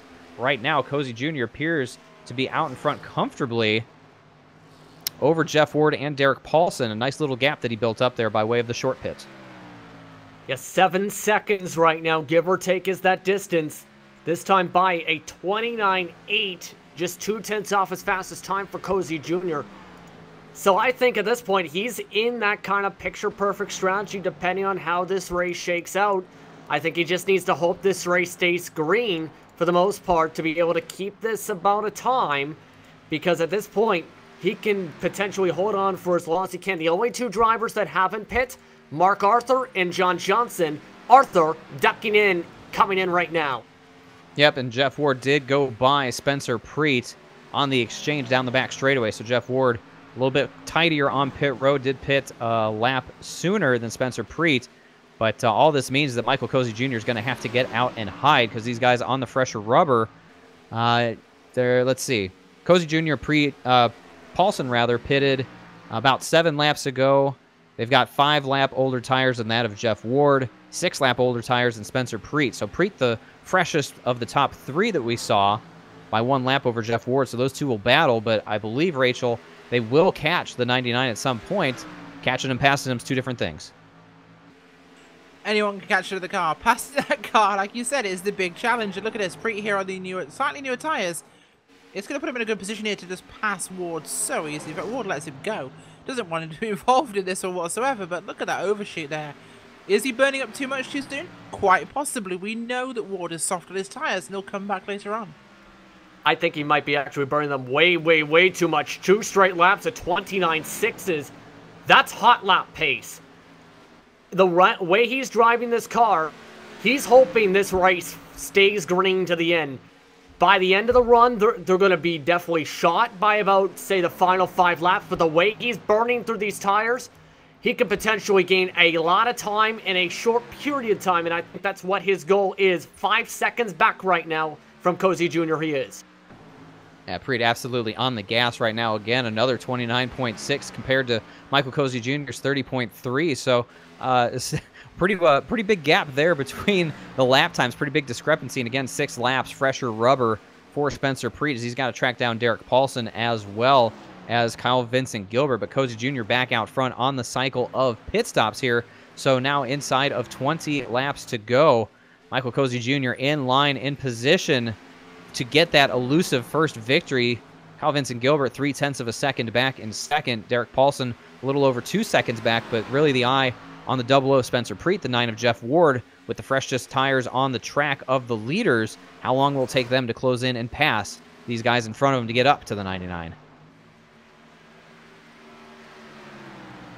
Certainly is, and right now it's going to be one of those situations where this last stint will be deciding what these drivers are doing. I think we mentioned there, Preet's kind of going a bit too hard too soon here. It's a long distance up to Cozy though. Cozy's early stop really gave him a huge advantage here. And this is one of those issues you think about. People think about their strategy, their window, and they pit. None of them think about where they're going to come out. And this is, by the way, one of the great things about things like dual real timing with its live map function. Yeah, that can actually show you where you'll come out from a pit stop on the track. Where you are now and where you'll come out after stopping. That is really cool. That's something that's very important to know, and that's what a crew chief will have to do for the driver, is they'll sit there and they'll go, okay, we pit now, where do we come out? Are we in clean air? Are we in traffic? Is it lap cars? It's a huge difference. Good information to know, and absolutely Joe Real Timing can provide that. Those kind of analytics are almost priceless, really, when you think about it, because that helps you plan that strategy. But looking at the lap times here, once again, Spencer Preet, the fastest man on the track. Jeff Ward not too far behind now as their lap times get around the 30 flat. But it's still Michael Cozy Jr. a half a second slower each and every time by as he's trying to navigate and has gotten through some of these slower cars. So I think this rubber band effect will play out before we get down to it on lap 134. But I think Cozy Jr. did a great thing in short pitting. Got himself a lot of breathing room as he's built up a big lead now over Spencer Preet. Kyle Vincent Gilbert has absolutely dropped the anchor and has fallen back to third. So it's about 2.2 seconds between first and second right now. Preet on the march. He's got about 14 laps to get it done. Yeah, able to get both by third and second place. Now just has to get by 2 more lap cars, and then it's clean space from there. At this point, the way he's running the pace right now, he might be able to reach him within the final 3 laps potentially. But keep in mind, he's been hot lapping since coming out of the pits. There's a chance that he just falls off the table and just from burning up the tires so much in these first 10 laps out of the pits, that he might fall off and not be able to make that pass work by the end of the run towards the checker flag at this rate. And oh, by the way, here comes Jeff Ward. Look at this 3-car battle. Paulson, Ward, and Gilbert. 3 cars under a blanket for 3rd, 4th, and 5th. Jeff Ward on the freshest tires of them all, coming through on the bottom side. Loud Pedal Motorsports teammates side by side now for 3rd and 4th. Ward on the bottom gets the advantage across the line. So a couple battles to keep an eye on here as Ward will complete that pass, move up to 3rd. He's got to go up and catch Spencer Preet and, of course, Michael Cozy Jr. if he's going to have anything to say about it. But looking at the gap, visibly falling lap after lap, 1.4 seconds and closing is Spencer Preet. Yeah, it certainly is. And Preet is doing his best right now, but it could be burning it too soon to be useful. And that's a major consideration here. But with the number of laps we've got left to go, Has he got enough here to burn and just go for it? Could his couple of stops later pits be good for him? This could be a very challenging end. We could be looking at a possibility at that time is coming down. It is, and that's what I'm going to be keeping an eye on. Jeff Ward, a couple of lapped cars to contend with. But, yeah, this gap is shrinking rapidly. It was 1.5 seconds last time by. Now it's under a second as, again, Spencer Preet continues to be 3 to 4 tenths of a second per lap faster as we're inside of 10 laps to go now. Spencer Preet on the march. He leads the series and wins. Michael Cozy Jr. in search of his first win this season for as much time as he spent out front. This has all the makings of another heartbreaker for if he's not able to finish the deal and hold off a hard charge with Spencer Preet. But I'm telling you, once Preet gets up there, that 99 is going to get as wide as the track. He's going to have to earn that pass because Cozy Jr. is not going to give it to him.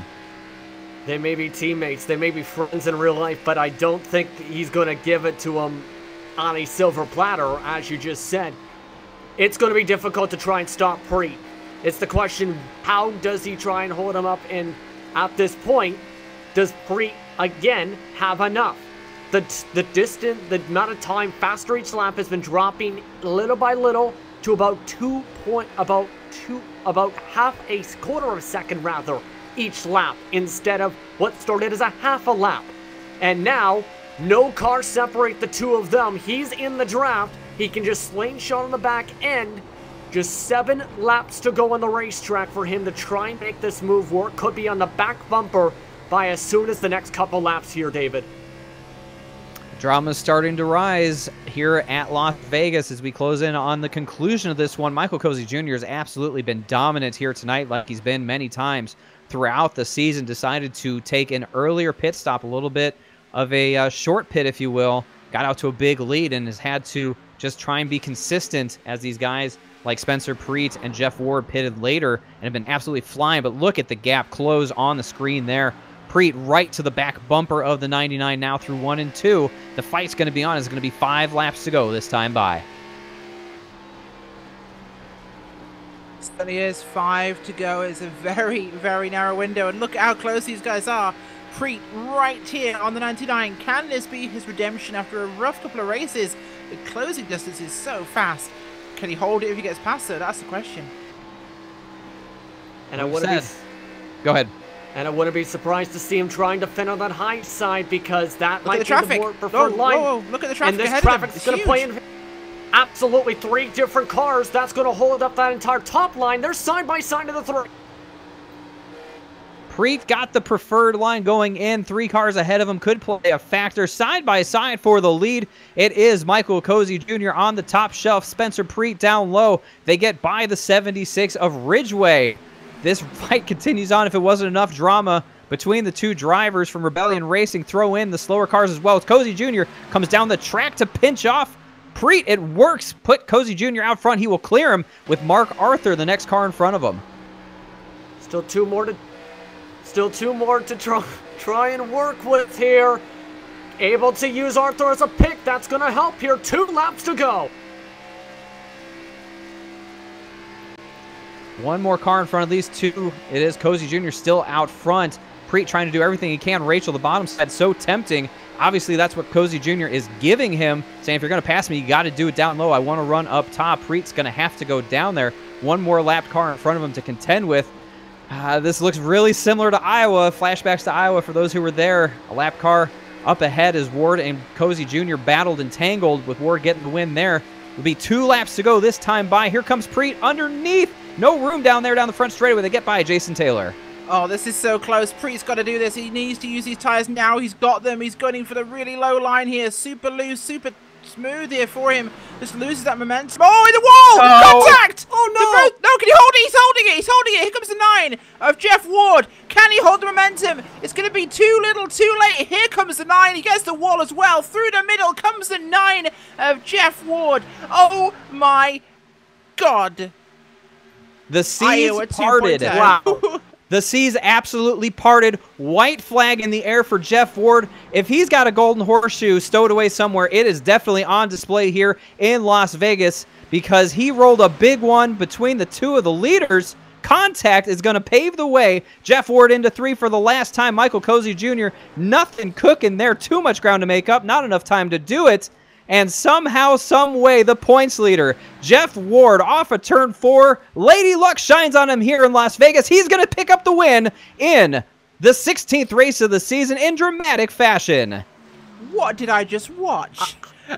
We're going to have some controversy after this one because Cozy pushed too hard, got the wall, came down and tagged Preet. We're going to have a very salty 0-0 after this one. I do feel, honestly, he was robbed of that. That was Preet's win. Cozy made the mistake. He was pushed hard. Ow. Wow. These interviews are going to be interesting.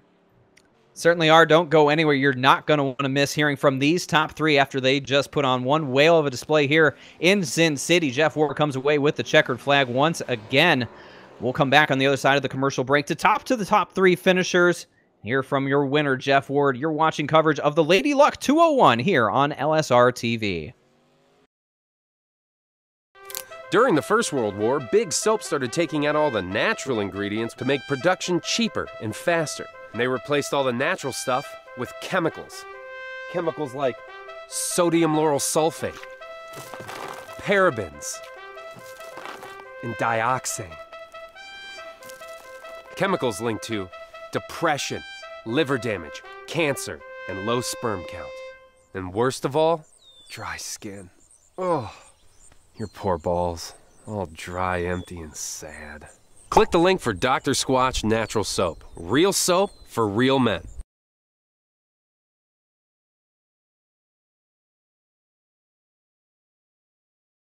We make our soaps with natural ingredients from the earth. Ingredients like oils, plants, goat's milk, Greek yogurt, oatmeal, shea butter, and citrus. No. Turn your shower game up to 11. With the smooth lather of gold moss or the exfoliating woodsy bliss that is pine tar. Get ready to step out of the shower feeling alive. Click the link for Dr. Squatch Natural Soap. Real soap for real men.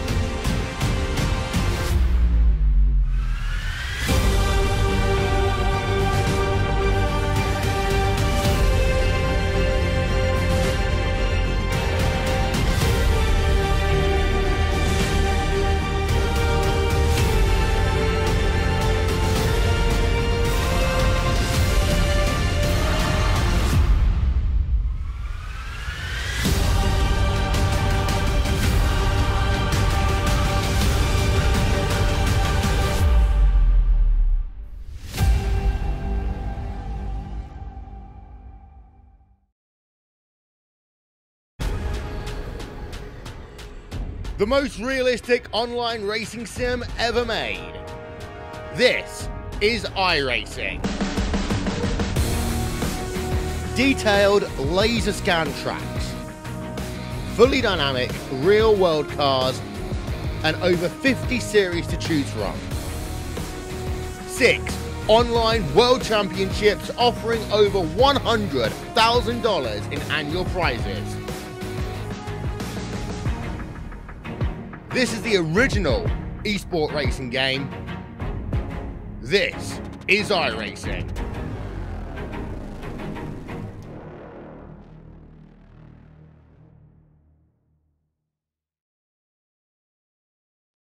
This broadcast is the copyrighted work of LSRTV and may not be rebroadcast, retranslated, or used in any form without the express written consent of Live Sim Racing LLC and iRacing.com Motorsport Simulations. LSRTV would like to thank you for your support, and we hope you enjoyed tonight's broadcast.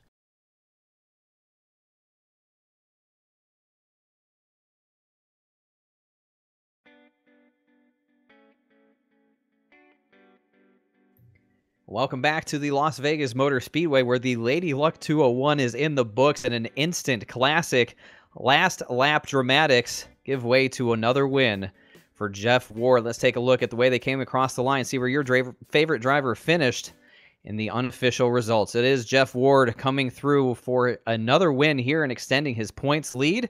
Michael Cozy Jr. dominated the race and will be a very disappointed driver. We'll hear from him shortly. He gets second. Spencer Preet, a valiant effort, but can only get third there after the contact on the back straightaway. Derek Paulson continues his streak of good runs. He comes home fourth. Kyle Vincent Gilbert rounds out the top five. First-time starter here tonight from 24th up to 6th.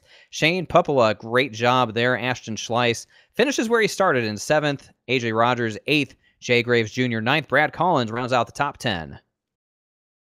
P11 tonight is going to be the first car lap down. Mark Arthur with David Netzel, Matt Ridgway, John Johnson, 15th place. Rick Thompson, Jason Anderson in the 17th spot. Fred Thompson, Taylor Butcher Benjamin, and Andrew Ridgway. And coming away in the 21st spot, Brian McRae. 6 laps down. The reason he came 6 laps down first, he hit the cone during that restart pit stop cycle. Second, crashed with about 5 laps to go, while Aiden Patterson had a day to forget, going from 9th to 22nd after being the first caution and not being able to recover. Steve Ritter, 23rd. Ryan Wash comes away 24th with his 3rd straight DNF after showing top 5 speed, although had to start at the back, was involved with sending the number 17 to the sky. Wedged between those two was Wally Wilson, who crashed down the back straightaway in that self-cleaning racetrack, ended up finishing 102 laps down. Sonny Thompson, after being flipped up to the sky, finished 129 laps down in 26th, while Zachary Sprun recorded about 4 or 5 laps, in fact 2 to be exact, starting from the pits, finished 27th, 132 laps down today. Let's look at your unofficial results there, and I don't want to wait any longer. We need to talk to tonight's winner, because I've got to hear from the horse's mouth what he has to say for the 6th time this season. I need to know, where do you have that golden horseshoe stowed away, Jeff Ward? Because somehow you came out of turn 2 and 3rd, and you got back to the stripe first. How did you do it? I don't know, man. I'm still trying to process what just happened there. I'm excited. I was disappointed myself because we had a bad pit stop there and got out kind of behind the ball, and then couldn't quite get caught back up. Them guys must have had real good pit stops, but I was just riding in 3rd. I was content. I knew I wasn't going to catch them in time, and I guess they got together and we was able to squeeze through. So that's one of them ones where you're just like, what the heck just happened? But hey, we'll take them however we can get them, and hopefully our luck isn't going to run out here soon, since we've had a couple lucky ones here. Yeah, I would say that everything's looking pretty good for Jeff Ward and company now with 4 races to go. You'll grow your points lead over Spencer Preet just a little bit here. Another win. You tie him for most wins on the season with 6. So now Las Vegas in the rearview mirror looking ahead. Irwindale comes up next. What are your thoughts looking ahead to the short track there? Yeah, I think Spencer said it best when he said it's a wild card race, because you never know what's going to happen there. It's close quarters racing. You could get in trouble pretty easily. The good thing is, if you get damaged, you can still kind of race through it and try to salvage a good finish. So I don't know what's going to happen out there. We'll try to get out front, stay out front, keep the nose clean, and just keep trying to get through the rest of these races without too much trouble. If we keep get lucky like this, then we should be able to get this thing. I was going to say, you got 3 wins in the last 4 races going back to Iowa. With 4 races to go, you're going to have a points lead somewhere just north of 30 points. What's the strategy? How do you take it from here to ensure you get that championship? I think from here on out, especially with this one, if we get top 5s, it should pretty much seal it up. So we'll just try to stay consistent. We got another kind of a wild card in there at Sonoma, but I'm pretty comfortable on the road courses. They're actually a lot of fun. So hopefully we can go out there and get a top 3, and then off to Auto Club, and hopefully we'll go into Auto Club with a pretty sizable margin where we can just relax and take it all in. At least that's the plan, but you know how that goes. Well, Jeff, you're pretty well accustomed to this. I'll give you the opportunity to say hello to friends, family, sponsors, and everyone else who helps you in that number 9 get it back to victory lane. Yeah, I want to give a shout out to Loud Pedal Motorsports and all the guys behind the scenes there. Thanks to Dr. Squatch, as always, for coming on board this year. Head over to their store and get some soap and other accessories. thanks to you guys for doing the broadcast. Always look forward to going back and watching it, and thanks to Derek. He had another good finish. He let me go there at one point. He probably shouldn't have let me go. He was still pretty quick, and he kind of gave me, the green light to go try to run the leaders down, which that wasn't going to happen. But yeah, big thanks to him and just friends and family, and shout out to my dad. Well, you rolled the big one here tonight and walk away with the jackpot. Congratulations. Look forward to seeing you next Thursday night in Irwindale. All right. Thanks, man. All right, that's your winner there, Jeff Ward. Now to hear from the man who led, 95% of this race, but comes up on the short end of the stick once again. That is Michael Cozy Jr., and Rachel Whiteford's got him. I have indeed. Michael Cozy Jr., a dominating performance here at Vegas, and I'm just going to rip the Band-Aid off. Under pressure in the final laps from Preet, a mistake from you, a rare one? I mean, call it what you will. I saw him underneath of me, and I guess I still have a little bit of PTSD after getting run over from the left side. So I try to move up, give him a little bit more room, and I didn't have the tire grip, so that thing went straight into the wall. The car was bad all night. The setups, I wouldn't wish anybody running these setups. Are horrible. They're week in and week out, especially a mile and a half like this when it's hot. But it was that portion of it was all on me. It could have been avoided. Ruined my teammates' race. Probably could have won the race. It wasn't for me. But then again, do you look at some of the boneheaded lap cars? If I wouldn't have got stuck behind them when I first came out of pit road and lost about 2 seconds, probably would be my estimate, then that, wouldn't never been in that position at all, and could have just run out the race and won the damn thing. But it is what it is. It's always something. So I'll be back next week. We'll see how it goes. So trying to take the honourable road resulted in an unfortunate accident there, but at least the intentions were there to give him as much room as fairly possible. So, we'll commend you for that one. Anybody you'd like to give a shout out to? Say thank you to? Yeah, I got a long list of guys. Shout out to Indie Racing Images for being on the primary side of the car. I want to thank all my additional YouTube members, Newton, Hunter, Preet, Cameron Kane, Tyler Diggin, Nasdude, What If Racing, Matthew Hibbard, Motorsports Games, Ziegler, Misscraft, Band for Days, Steve Goodwin, Red Falcon, Robbie Rock, Brett Ellison, Moonhead, Jonathan, Casey Wood, Patrick Starr, JPL, Project Vash, Dennis, Jarrett, Sloom, Brett, The Random Duo, Mark Eckstein, Rogue, Ryan, T. Fane, Ellisfield, Ed Soundhead, Cleveland Ethan, Show Me Your Doodle, and JJ Lawson. Thanks to all those guys. A lot of them were in the chat tonight, rooting me on, and I definitely deserve a race win. And they'll get it one way or another, that's for damn sure. Well, there you go, and shout out to you and all your viewers and your friends, of course, who helped make this thing a possibility for tonight. But perhaps next week will be the opportunity for you. It'll be one of these damn weeks. You can mark it down. We hope to see it. Thanks for joining us, Michael Cozy Jr. Michael Cozy Jr. coming away second, coming away third after one of the wildest finishes this season, Spencer Preet. Spencer, what was your take on what happened in the closing laps of that race with the freshest tires? Well, I played it perfect. Cozy kind of short pit everyone there, and I knew he was going to get out to a big lead, and I know he got held up and everything, but I knew I was, with the way I played it, and when I came down, I had to keep Jeff behind me that whole run, and I did, and he folded in pit, and so I went out there with the freshest tires and blazed a path back through, and I've made a lot quicker work of some of the guys than I thought I would, and I ended up with Cozy in my sights with about like 10 laps to go, and it was just a matter of reeling them in. I burned it up getting there, but I still had more tires than him, and it's hard to pass, especially when the tires go, so I was trying different ways. It wasn't probably going to work in 1 and 2 that lap. Had Cozy not hit the wall, he would have cleared me off too, and I probably would have set up 3 and 4 to try to get a run. and then maybe try to do something again into the next corner, maybe pull a slider. I don't know, but I mean, I'd be lying to you if I told you I wasn't super pissed, because I played it about as good as I could have there, and in a race that I probably shouldn't have won anyway. I probably was a third place car anyway, but I just played it. I played it right there at the end, and I had the tires and I had the speed when I needed it. And you know, it's a racing thing. I don't fault Cozy.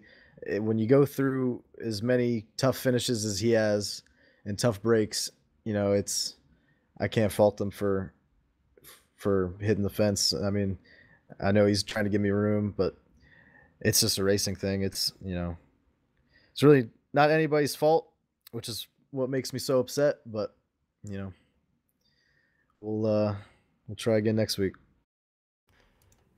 Quickly getting into next week, Irwindale, a big unknown, the Ballroom Blitz 200. How do you feel about basically what is essentially an unknown when it comes to Xfinity cars at such a small short track? Well, I can tell you right now, the car will drive like garbage and the tires will fall off tremendously. But when it comes to the race, I will not be giving anybody any slack. From this point on, any lap car in my way is getting sent. Any lap car that hangs on to my right rear is getting hip checked. Any lap car that is sitting in the groove entering 5 miles an hour off the pace is going to get dumped. I'm out of patience at this point. There was so much of that tonight, and I can't deal with that anymore. And Irwindale is going to be the perfect place to just let him have it. I at this point, the championship is out of reach, barring any incident from Jeff. So, you know, at this point, I'm racing for pride, and I'm going to go down swinging, and everyone's going to feel it, basically. Anyone you want to thank before you let you go? Shout out to Dr. Squatch for being on the car, sponsoring the league. Big thanks to everyone on Rebellion. Shout out to Cozy. You know, like I said, yeah, I feel for him, and you know, I know he feels bad. I feel bad, and I feel for him. So shout out to Cozy, his stream, everyone watching. You guys are putting on the broadcast. Thank you very much for the time. We'll see you next week, Spencer. Thank you. That was Spencer Preet coming away third today here, David. It's very obvious. The emotion's running high after this race. Spencer Preet putting the rest of the field on notice. Rachel, he's through. Patience is done. You can hear it. I mean, that's the most emotional I think we've ever heard Spencer Preet, and that's a man who has 6 wins to his credit, but everyone has their limit. He's been pushed to it here tonight. You just hearing these drivers' voices, even Michael Cozy Jr., how much tonight meant, and to not get that win really crushed him. Oh, hugely so. And honestly, that was crushing. I think Preet had that there in the last moments. It's time to go hard or go home. Let's see a different Spencer Preet. Well, on that emotional note, we will close the book on this race. 4 more to go to settle a championship. A lot of drama still to play out. We saw plenty of it here at Las Vegas, but in the end, it was Jeff Ward coming away with his 6th checkered flag. We thank you for coming out to be part of it, wherever you joined in from. We'll look forward to doing that one more time again on February 21st. So a long break. It's not next week. I'm looking at the schedule. It is February 21st, barring any changes. So a little bit of a break, maybe a good thing for guys to cool down and get past the emotions here of tonight. So it'll be February 21st where we make the last 4-race run to a championship at Irwindale Speedway for the Ballroom Blitz 200 right here on LSRTV. Same time as always. So until then, for our producer, Brett Wheeler, for Justin Prince and Rachel Whiteford, I'm David Schildhouse saying congratulations, the man who hits the jackpot, Jeff Ward, and good night from Las Vegas. You want to smell like the forest? Boom, pine tar, we've got you. You want to smell like the sea? Boom, nautical sage, we've got you. You want to smell like you just got off a boat in the Caribbean? Boom, bay rum, we've got you. And with 6 more cents, we've got you covered no matter what kind of man you are. Click the link for Dr. Squatch Natural Soap. Real soap for real men.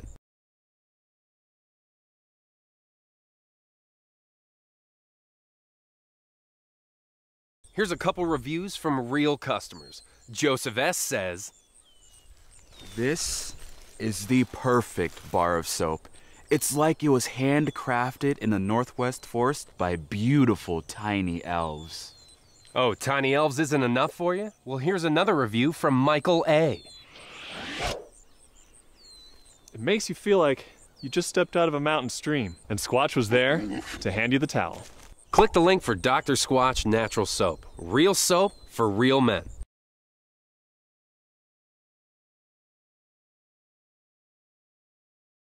The following is a special presentation of iRacing on LSRTV, your home for sim racing.